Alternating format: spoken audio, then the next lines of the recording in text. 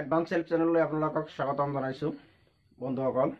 আমি সকলোৱে প্ৰায় এনআৰচিৰ যিটো কাৰেকশ্যন ফৰ্মটো আমি সকলোৱে প্ৰায় ফিল আপ কৰিছোঁ। তো আমালোকে যে মানে এনআৰচিৰ অনলাইন কাৰেকশ্যন কৰিছিলোঁ সেইবিলাক কি এতিয়া কাৰেকশ্যন হ'ল নে নাই, কাৰেকশ্যন হৈ আহিল নে নাই, নে এনেকুৱা আগৰ অৱস্থাতেই ৰৈছে, এইটো আমি কেনেকৈ চাম যে সেইবিলাক আমাৰ এতিয়ালৈকে পেণ্ডিং দেখাই আছে না সেইবিলাক কাৰেকশ্যন হৈ গৈছে। তো এইটো আজি মানে কেনেকৈ চাব লাগিব আমি আজি আপোনালোকক দেখুৱাই দিম।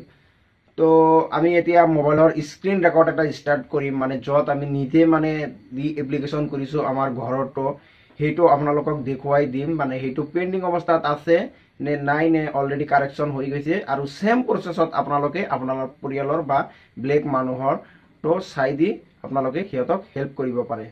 তো স্ক্ৰীন ৰেকৰ্ডটো ষ্টাৰ্ট কৰাৰ আগতে আপোনালোকক আমি এটা অনুৰোধ জনাওঁ, যদি প্ৰথমবাৰলৈ আমাৰ চেনেলত আহিছে তেন্তে চেনেলটো ছাবস্ক্ৰাইব কৰিব আৰু লগতে যি ঘণ্টি আইকন আছে এই ঘণ্টি আইকনত ক্লিক কৰি দিব, যাতে আমি যেতিয়াই নতুন নতুন ভিডিঅ' আপলোড কৰোঁ আপোনালোকে তাৰ নটিফিকেশ্যনবিলাক পাই যায়। আহক এতিয়া ভিডিঅ'টো ষ্টাৰ্ট কৰোঁ। প্ৰথমে আপোনালোকে যিটো এনআৰচিৰ অফিচিয়েল ৱেবছাইট আছে সেই এনআৰচিৰ অফিচিয়েল ৱেবছাইটলৈ যাব। এনআৰচিৰ অফিচিয়েল ৱেবছাইটলৈ যোৱাৰ পিছত চাওক, ইয়াতে আপোনালোকক online NRC draft connection portal আছে, ইয়াতে আপোনালোকে ক্লিক কৰিব। চাওক, ইয়াতে ক্লিক কৰাৰ পিছত এনেকুৱা এটা ইণ্টাৰফেচ খুলি আহিব। আপোনালোকে ইয়াতে I acknowledge that I have read above content ইয়াতে ক্লিক কৰি দিব।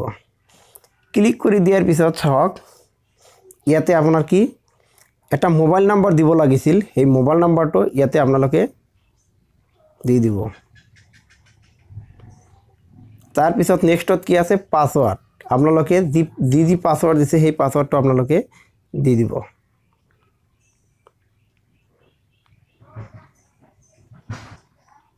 তাৰপিছত নেক্সটত কি আছে, কেপচা এটা আছে, কেপচাটো আপোনালোকে বহুৱাই দিব। তাৰপিছত কি গো বটনত ক্লিক কৰিব।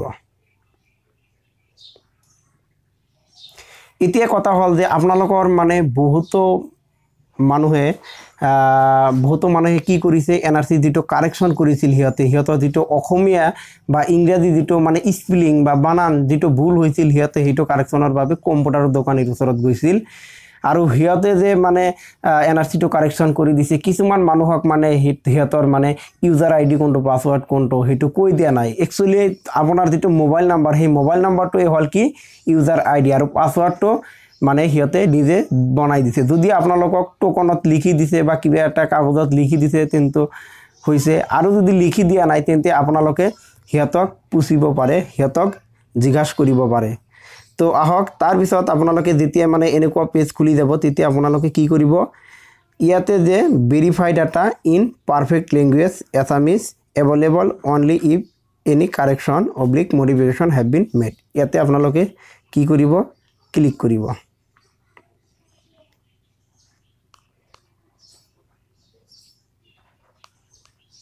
চাওক, ক্লিক কৰাৰ পিছত ইয়াতে চাওক মানে আপডেটেড দেখুৱাই আছে, আপডেটেড হৈছে, কিন্তু এতিয়ালৈকে মানে কি যিটো আমাৰ ষ্টেটাছটো এতিয়াও মানে পেণ্ডিং দেখাই আছে, এইটো একেবাৰে কাৰেকশ্যন হোৱা নাই, জাষ্ট আপডেটেড হৈছে।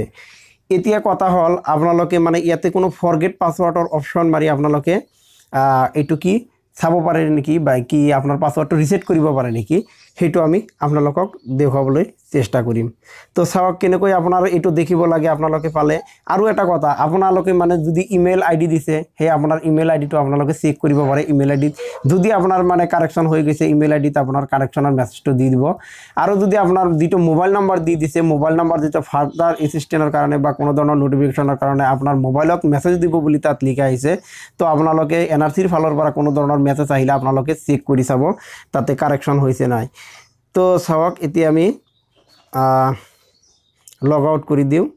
লগ আউট কৰি দিয়াৰ পিছত চাওক, click here for log in again, আমি আকৌ মানে এবাৰ চেষ্টা কৰিম। ইয়াতে চাওক লগ ইন, ইয়াতে কি log in if already registered new user need to register.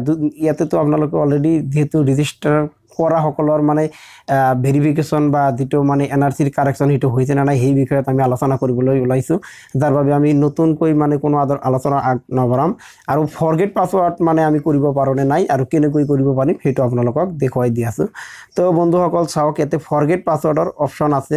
তো ইয়াতে ফৰগেট পাছৱৰ্ডত আপোনালোকে ক্লিক কৰিব। ফৰগেট পাছৱৰ্ডত ক্লিক কৰাৰ পিছত ইয়াতে আপোনালোকৰ কি মোবাইল নম্বৰটো ইয়াতে এণ্টাৰ কৰি দিব। তো আমি আমাৰ যেটো মোবাইল নাম্বাৰ আছে এইটো এন্টাৰ কৰি আছো। চাওক আমি মোবাইল নাম্বাৰটো এন্টাৰ কৰি দিছো। এতিয়া যি ক্যাপচা আছে আমি ইয়াতে ক্যাপচাটো বহুৱাই দিম। ইয়াতে আছে কি NAS তাৰপিছত আছে 2 NAS2 IQ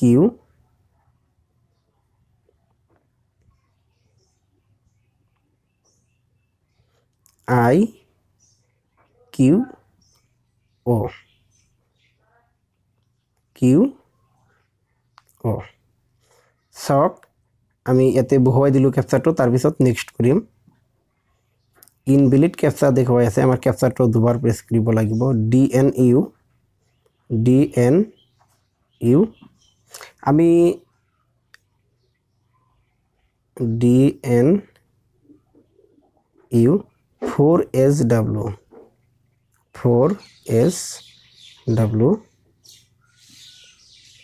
আমি আকৌ মানে ক্যাপচাটো বহুৱাইছোঁ। এতিয়া আমি নেক্সট বাটনত ক্লিক কৰিম।